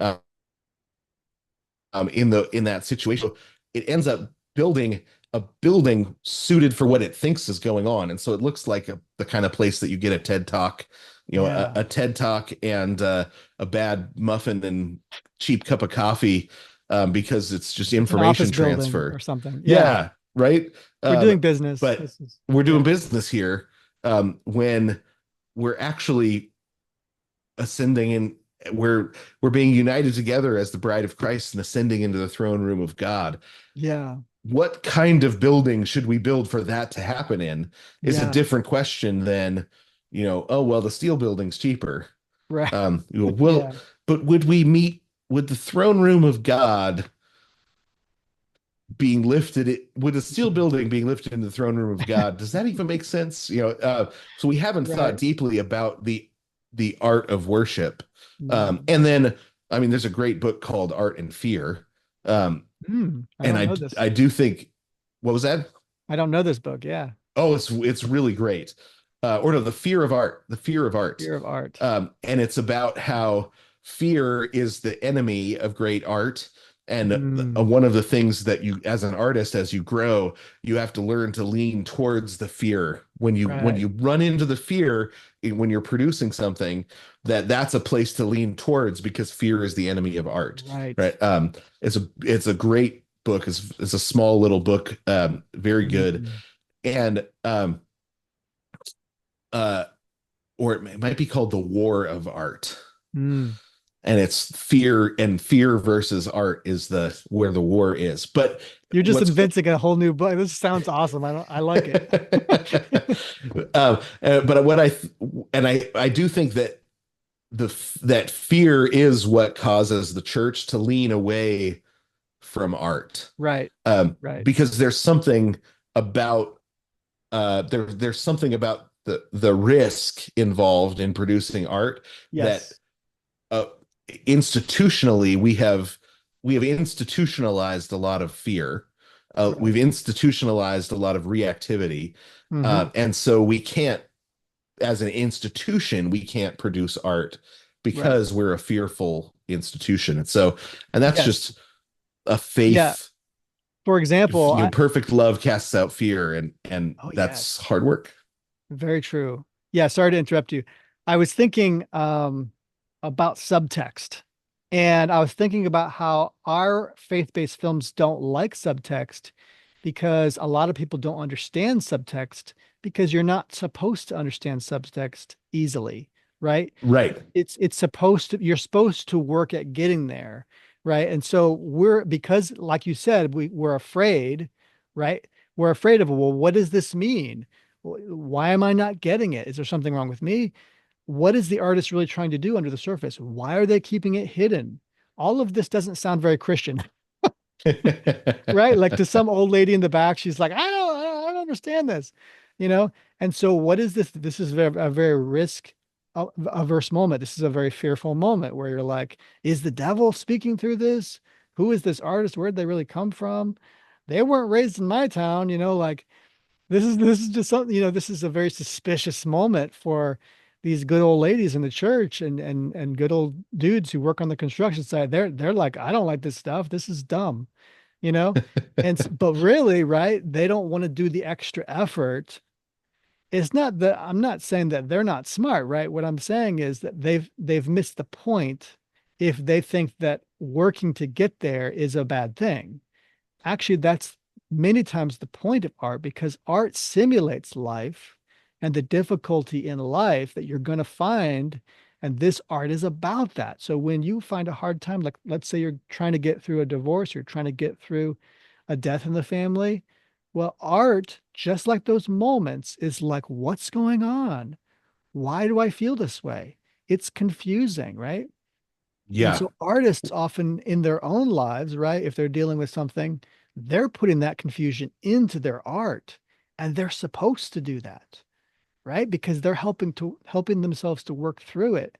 And they're also in that same process helping you to work through that same difficulty in your life. So that's why you'll find Right. some people watch this great art that's maybe depressing or something, and they hated it. But somebody else was dealing with something hard and they watched it and they're like, oh, it got me through that, you know? Yeah. So that's why it's Well, so valuable. and that the kind of medieval way of talking about it is that they would say that poesis disciples our affections, and poesis is poetry, storytelling, music, all of the arts of producing something moving, beautiful and Right. moving. That it disciples our affections, meaning Mm-hmm. it lets us practice liking the right things, loving the right things, being drawn to the right things, and being repulsed by the wrong things. What Yeah. so we practice that through storytelling, so that when we run into it in real life, it's not the first time that we've run into a beautiful but evil woman, for example. Right. Yes. I just rewatched Double Indemnity yesterday. Such a Oh great man, movie, that's an great. old One of the black and white best Billy noirs. Wilder, Yeah. early noir movie. And Billy Wilder was he's one of the very best to ever do it as a screenwriter and a director.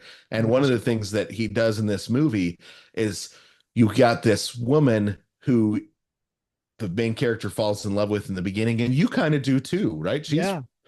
That's the But point, right?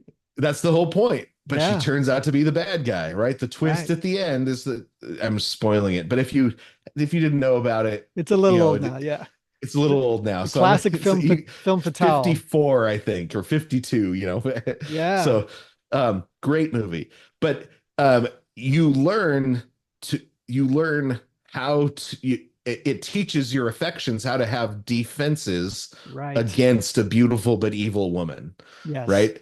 Um, the subtle clues that she was the bad guy, when you learn, you could think back and go, I should have seen it coming. And Totally. that's what makes Billy Wilder great. I mean, he's maybe he's one of the greatest screenwriters ever. But it's the Yeah, subtle for clues sure. that you think back and go, oh, I should have seen it coming. So that when you run into that beautiful but evil woman, you've got your defenses up because Yep, you your go, little oh no, antenna. there's yeah, Yep. right.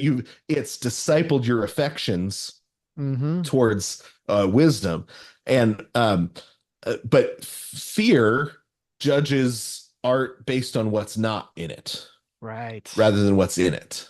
Right. Yeah. So fear says, well, that bad guy says these words, or that it's the and so you say, I I have to avoid it. But if they're the bad guy, it's teaching you to avoid it, right? They're the Right. bad guy. You don't imitate the bad guy. Um, it's when you read Paradise Lost, you don't walk away thinking, that's Satan. He was pretty convincing, right? He's the bad guy. And so you say those times when Satan said something that I have thought, it Mm-hmm. makes you go, oh, I've had satanic thoughts, Mm. right? Yep. And you become aware of your own satanic thoughts because they echo this satanic character, right? So, Or but Screw Tape fear is so judges great with based on that. what's not in it rather than Yeah. what's in it, and so that's such um, a so a fear-filled community can't produce art for that reason, or can't fund art and produce art. So you have to Yeah. learn to take risks and say, and have, and sometimes it doesn't work. You Right. have a movie that you make and it's Yeah. Waterworld, it just doesn't work. Mm-hmm. It's a Speaking great of the idea and it's a terrible screenplay. speaking of the epic poetry, one of my questions was about, and I know some of these I haven't actually we've handled most of these. Did talk about passing period, but um I worded it this way. If money were no object to lore, what epic poems would you make into a blockbuster film or series? Do you think it's possible for lore to do this one day? And how would you accomplish that long term if you could? Yeah. So the last thing I optioned uh before COVID, and then the option expired during COVID. I optioned a TV show called Dante to a Netflix producer. The guy that did Fargo, and he's Oh, just nice. brilliant producer. Van Helsing, and he's a really good Perfect for producer. that. Yeah. Yeah. Oh yeah. And Dante is it's Dante's Inferno reset in a high school. So it's uh Oh, wow. high school seniors navigating the 9 levels of high school hell. So Whoa. um That's that's what definitely I would hell. make if I had all the money in the world. That's what I would make. The budget at the It's time. purgatory. It's purgatory when you're in the friend zone with somebody. Is that Season two is Purgatorio. So season one, each episode was one of the levels of hell. Um, nice? we had a high school up in Calgary where we were going to film. We'd gotten 5 episodes written. We were 5 out of 9. It was rolling. It was in Mm. then it then COVID hit, and they said, well, we're gonna just Ah, 2 weeks to flatten the curve, then we'll get back to it. And right. 6 months later, the producer called. He's like, I'm so sorry, your option's expiring, and we decided to not renew it. And he was a He great might as well guy. say, "Who are you again?" Right, I yeah. forgot. So great guy, great producer to work with. The director of The Flash had signed on to be the head director. And he was also great to work with. Really And so anyway, if we had the money, That would be that's the the one. epic poem. Yes. And then I'd love to do a great version of Beowulf. Oh That's, man. one of my all-time favorite Yeah. poems. I think you could make a really great, just epic action movie out of Hmm. Beowulf. Wow. Yeah, a lot of the epic poems need to be done. And I know that they're epic poetry, and people say, well, you don't want to do too much narration or whatever. And that's true, but I do think that there has to be a poetic thing to it, a poetic vibe to it, whether it's in the editing or in the music or what have you. And some of that language needs to be in there. But like, I mean, you can do things in which, have you seen that show, Over the Garden Wall? Oh, that's amazing. That's Dante, right? That's Dante. That it's Yeah. you got Dante, but it's hidden. I didn't see it till my second time through. Um, Second time through, you start going, wait a second, wait a Mhm. second.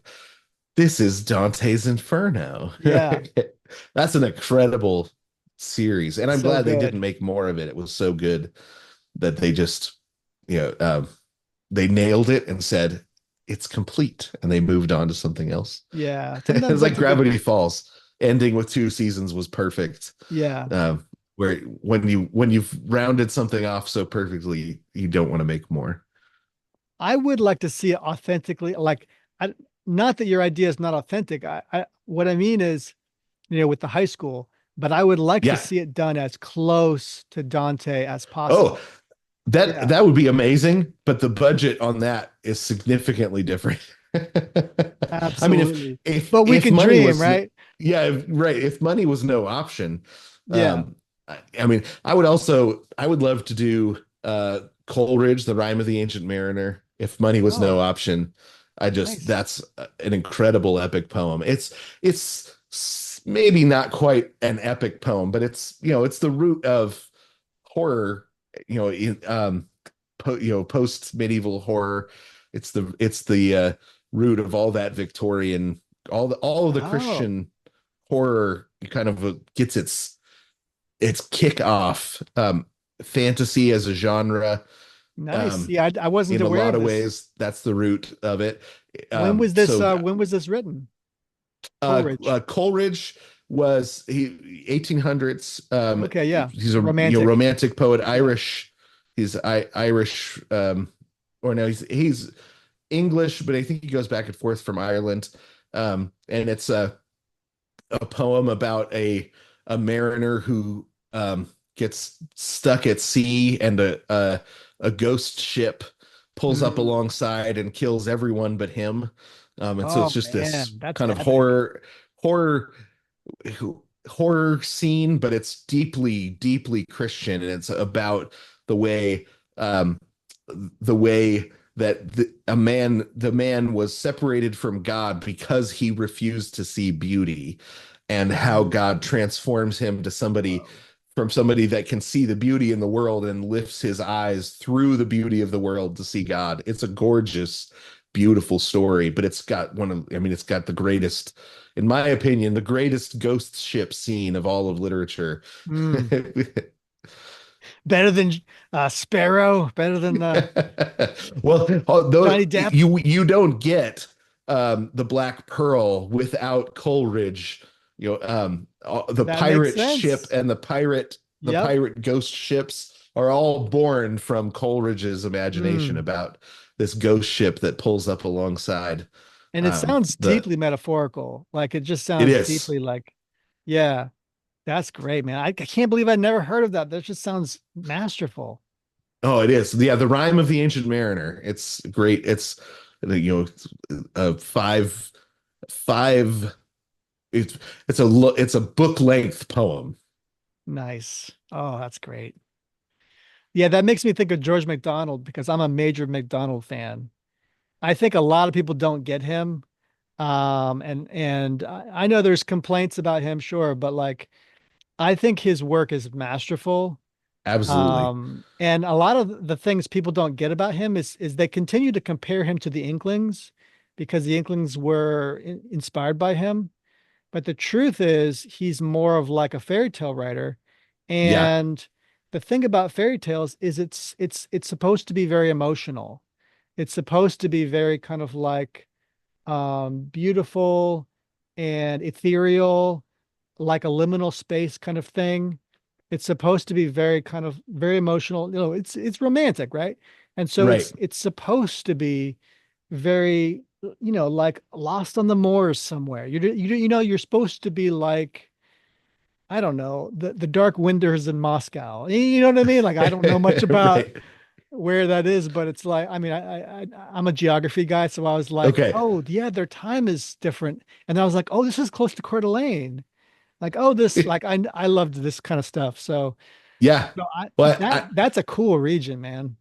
oh, it's amazing. And if I had the money, I don't think I could I couldn't produce it because I don't have the experience. But if I could hire the people that made the Book of Kells to do At the Back of the North Wind, I'm, Whoa. I think you could that's an amazing Yes. fairy novel, fairy Hmm. tale novel. And but it would need to be made in the style of something like the Book of Kells, Right. or Song of the Sea. You know, just Something very wistful and beautiful. yeah, Yeah. George MacDonald is incredibly cinematic, actually. Incredibly yes, cinematic. A lot of people they don't understand.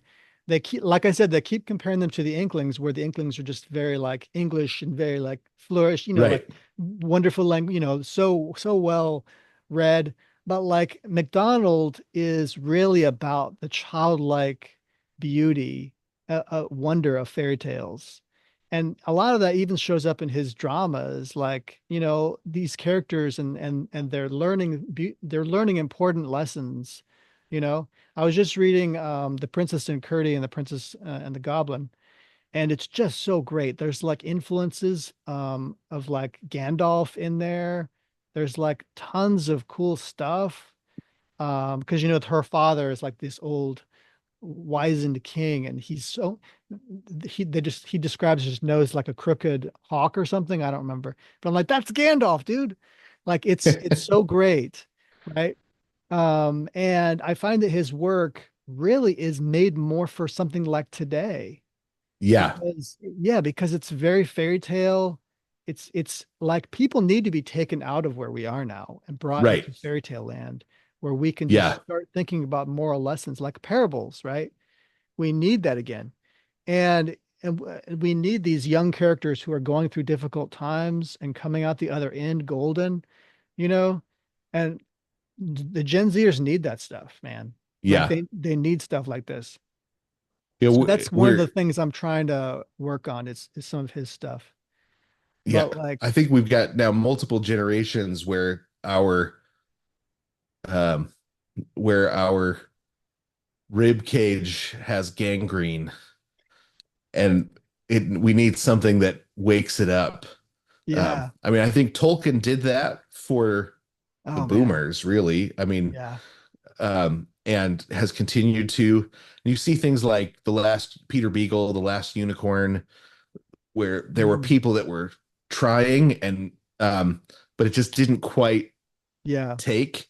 Well, the last unicorn, if I had all the money in the world, a Mhm. live action last unicorn would be It's on the another, table for it's sure. another great one. Yeah. Such great That's an stories. incredible cartoon, but a live action one would just be amazing. Brother, we got to raise up these filmmakers, make them care about these stories because they're this is one thing I tell people is locally when I was in this film community and doing networking and stuff, I was like, they're always working on their own scripts and oh, I'm gonna be great. I'm gonna make my own stories. And it's like we've already got stories. They're great. Somebody just needs to adapt it and make it, you know, and like be real with it, like adapt it faithfully. Not like what they're Right. doing with Rings of Power or whatever, but like adapt it faithfully. Care about these symbols and, you know, this powerful value system that's embedded in there, you know? You got to care about that stuff. And so when we do that, when we're it's frankly, it's not much different than adapting scripture. It's like you've really got to care about these values and embed them in there. And sadly too, a lot of people they don't have the cinematic language down. They don't have the Yeah. visuals down. So they don't know how to communicate these things, you know?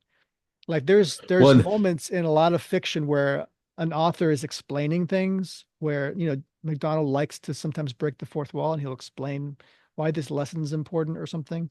And he's being cute, and it's very fun, but you can't always do that in a film, right? right. So what you have to do is you can just have a sequence. You have a sequence where there's maybe a flashback or something. There's a connection being made. There's payoffs. You know, and so in cinematic language, people that know cinematic language, this just people can Right. figure this out, right? They figure out how to interpret it properly into a film. Well, I think what's hard about cinematic language, and this is, because I started by trying to write novels and realized that It's I wanted hard. to be in a community, right, of Yeah. storytellers.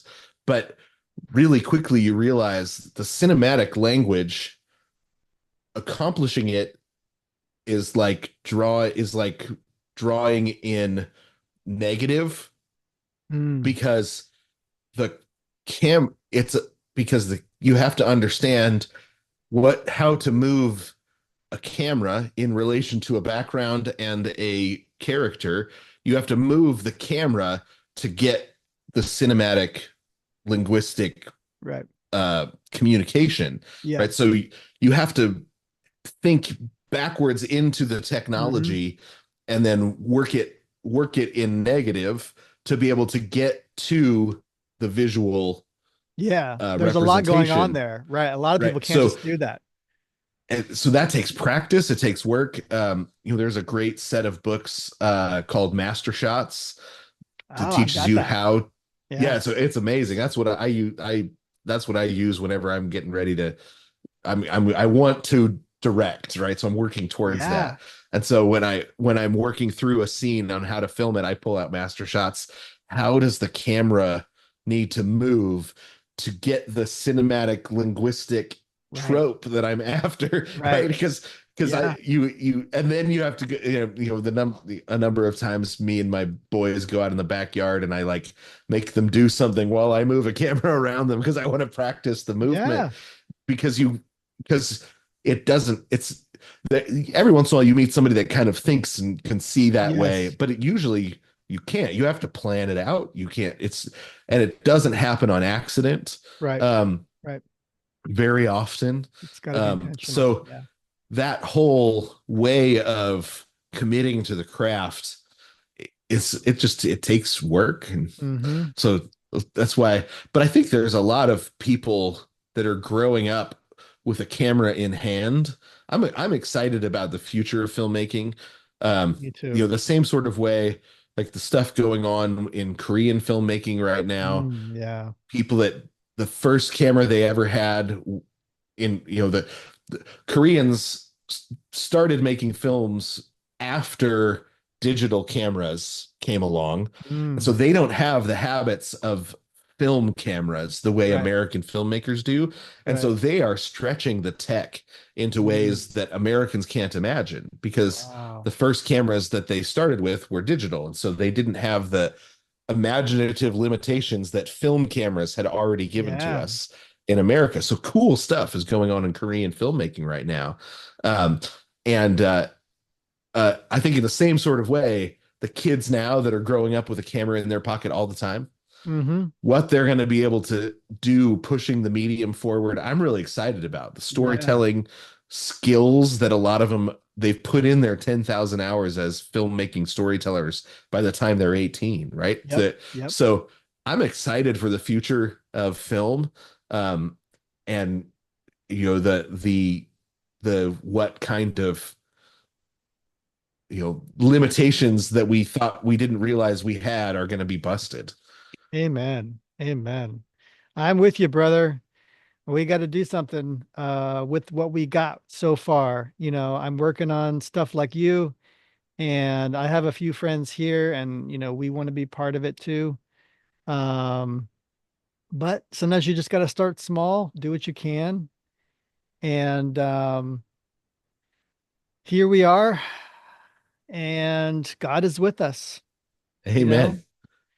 So, how can people find you or look up more about lore?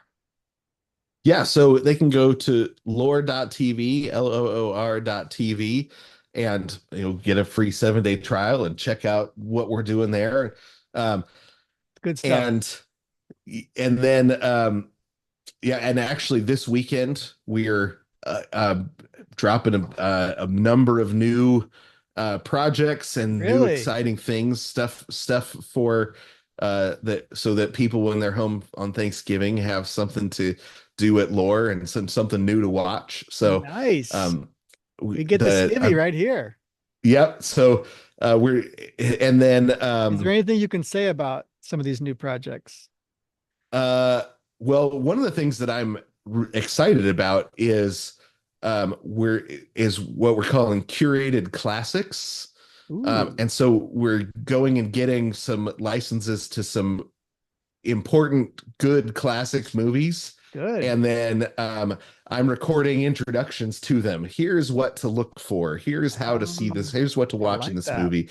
Here's the technological advance that happened in this movie. And so, because most people don't want to go and watch a bunch of silent movies to find the best ones, Right. um, the ones that still hold up.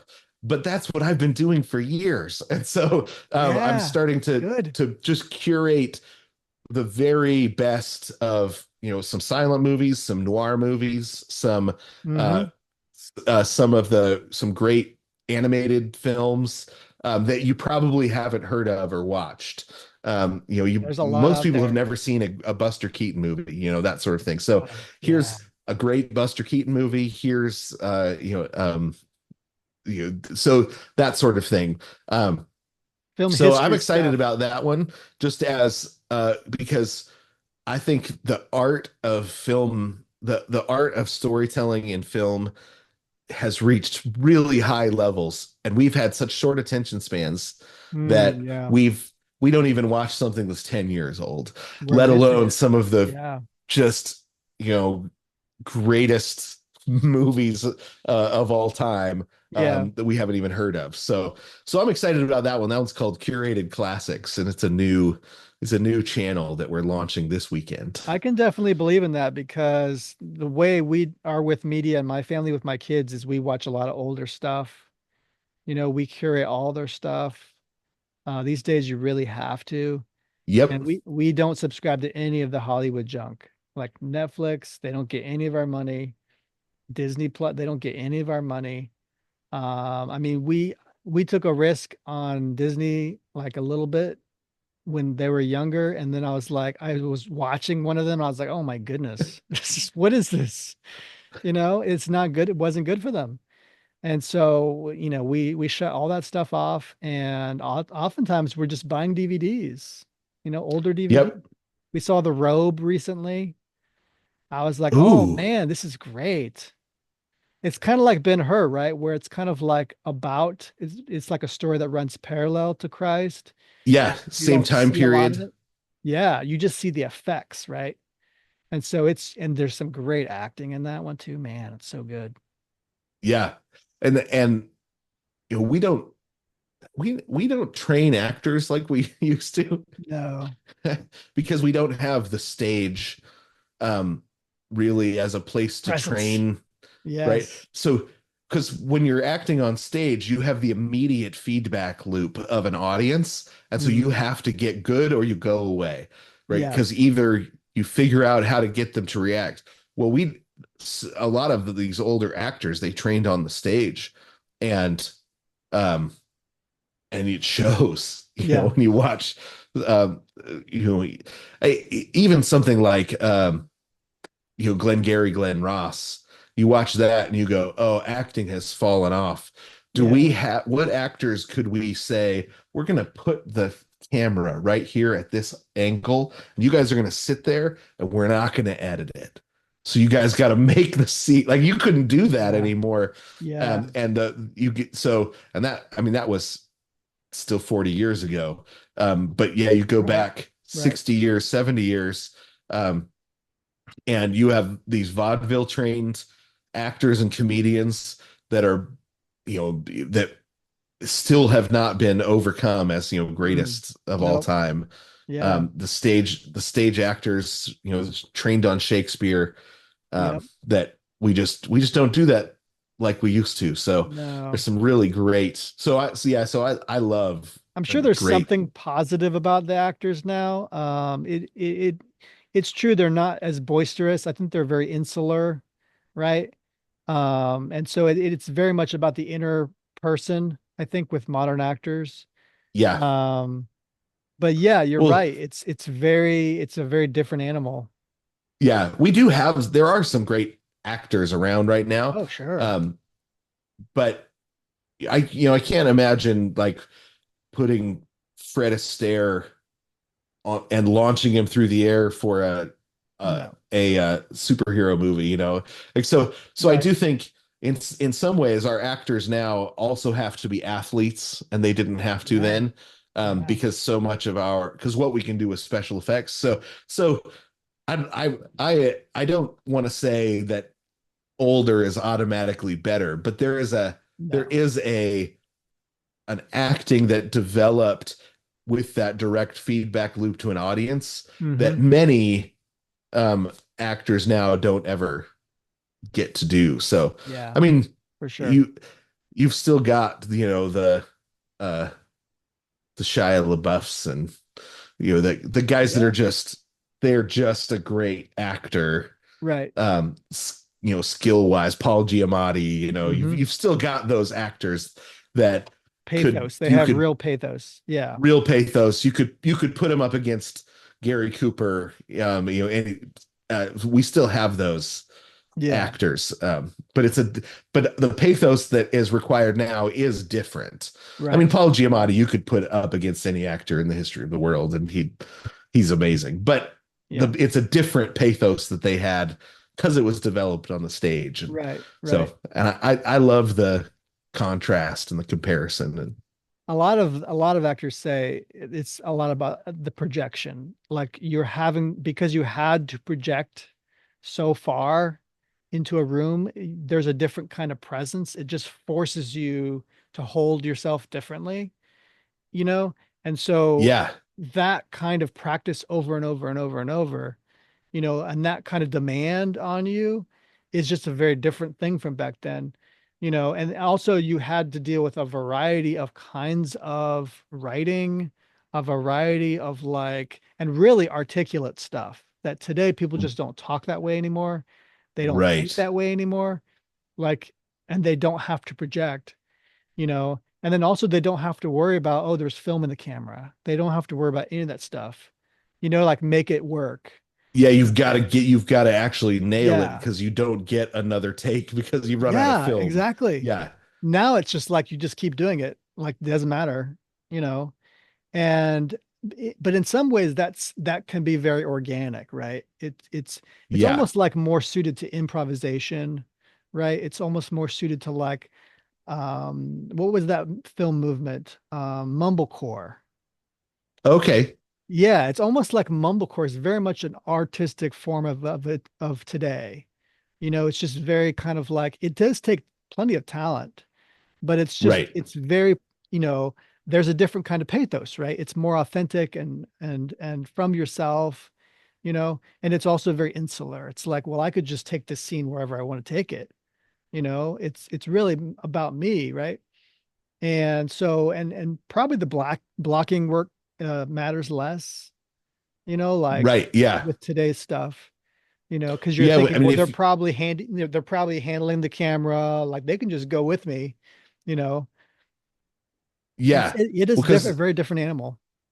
like the something like the agony and the ecstasy, um, about the Sistine Chapel, Yeah. you have large you have large sets. I mean, it's the Sistine Chapel, and then deep drama with Yep. monologues, and right, and it's just an incredible movie. And you and when you watch something like that, and then you got Charlton Heston, the career, one of the great career So big. He's just so defining big. moments. Yeah. But then you look at Robin Williams, it's not as if Robin Williams isn't talented. Right. Oh no, he's incredibly. And it's a completely different sort of thing. Yep. Although he developed his, in stand up. So, in a lot of ways, it's probably more similar to something on the stage. But Mrs. Doubtfire, they would, or Good Morning Vietnam is a good example because Mm. I think they said they had something like 80 extra hours of film Oh wow. I didn't know that. because he would he was making it lines up as he went most of the time. And so they Wow. would do it over and over and over. And then the editor had to take the 12 takes and pick the funniest one. Right. But Right. over and over and over, he would just, oh, here's a new joke, here's a new joke, or like Anchorman, Will Ferrell, and they would be like, they would spend hours on a scene that was Mm-hmm. 30 seconds. And so then they took the very funniest 30 seconds of the 6 hours that they filmed. That's what it Wow. takes to Yeah. consistently hit that level with that kind of comedy. Yep. And that's what Christians don't, Yeah. conservative and Christian filmmakers often don't understand is they think, oh, well, we'll just tell jokes as we go and it'll be funny. It's like, well, no, they told 6 hours of jokes Yep. to get a minute and 30 seconds Mm-hmm. of And the you don't get time to of think about it. yeah, You just do yeah. it. You just do it. You just go and you go. And so I think there's such the the what it actually takes often we just don't know because we just don't have the experience. Right. um we think, well, you know you and then at this point, we can just make up a joke. Mm-hmm. Wing it. Yeah. Wing it. Yep. No, it's a lot of pain. It's a lot of A lot pain of to get pain. that one little gem. Right. Yeah. It's a lot of work. Well, brother, I love you guys. I just think you're doing a great thing. And we're just gonna keep preaching you guys to high heavens. Lore TV is I hope it's the future of where we're headed. And I know there's some competition we've got, but I'm okay with that. I think that's a good thing. We need more Agreed. competition. Um, we don't need this kind of like conservative media infighting stuff. Right. Have you seen that? Like, it's just like, why are we Yep. even doing I that? Like, run don't into even it. do It's that. Like, senseless. We can respect everybody and their own thing. You got well, your thing, they have their thing, you and know? God didn't build a world where we just run out of resources. No, There no, is an no. overflowing Yes. uh, world It's with just cup plenty of resources. runneth over. Yeah, Yeah. It's a different mentality, And so, as we stick together and we keep building, working on community, getting someone's back and be like, you failed doesn't matter. I failed. Like we all screwed up in some way. And we're just here for him. Like we're not here for our own fame or money or all that stuff. That's one thing at least that we have that Hollywood doesn't have, right? right, We can have an added benefit of being like, we have no ulterior motives to become rich and famous, which I think we should have our own star system in which we believe in that, right? right. We're more like, you could even call us like ascetics, like we're ascetics with the aesthetics. Right. Right. So we can love then the inner and outer man with that. And so why can't we just love the art and love him? And we don't have to become rich and famous. It's just about the story, getting the story out there as faithful as possible and loving our neighbor as we do it. And like, that sounds like a good mission to me, you know? Absolutely. So cheers to you guys, and we'll be praying for you and hoping that this Thanksgiving there's going to be some cool stuff. And we'll talk more, I hope, with you guys and with some of your filmmakers, I hope too, because I Yeah, know many of them would love to talk about their projects. So absolutely. we Yeah, can dig into the we'll start. nitty gritty, That'll be hear the fun. We'll war start working on stories. that. Yeah, that'd be great. Exactly. Thanks so much, Jason. Awesome. Thanks so much for having me. Yeah, I'll keep in touch. All right, sounds good.